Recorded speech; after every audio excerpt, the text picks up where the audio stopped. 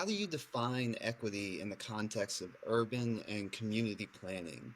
Is it about equal outcomes, equal opportunities, or something else entirely?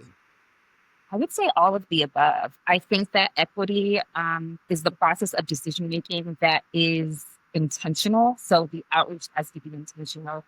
Those that you bring to the table, that has to be intentional to ensure that resources and access are distributed and available to others.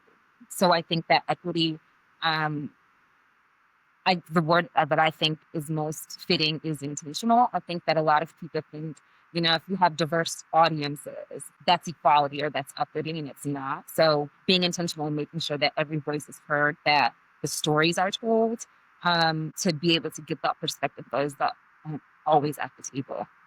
How do you measure this sort of stuff? Like, what are some of the practical metrics or indicators that planners and data scientists as well are able to use to assess whether their projects and policies are truly promoting equity?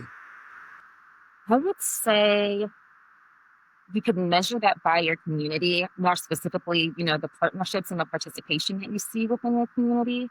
So intentional community outreach includes finding inclusive leaders, those grassroots organizations that already have the trust of communities, so that when we as planners introduce ourselves into your community for a project, people are excited about it and they're involved and they have a certain momentum going into these projects.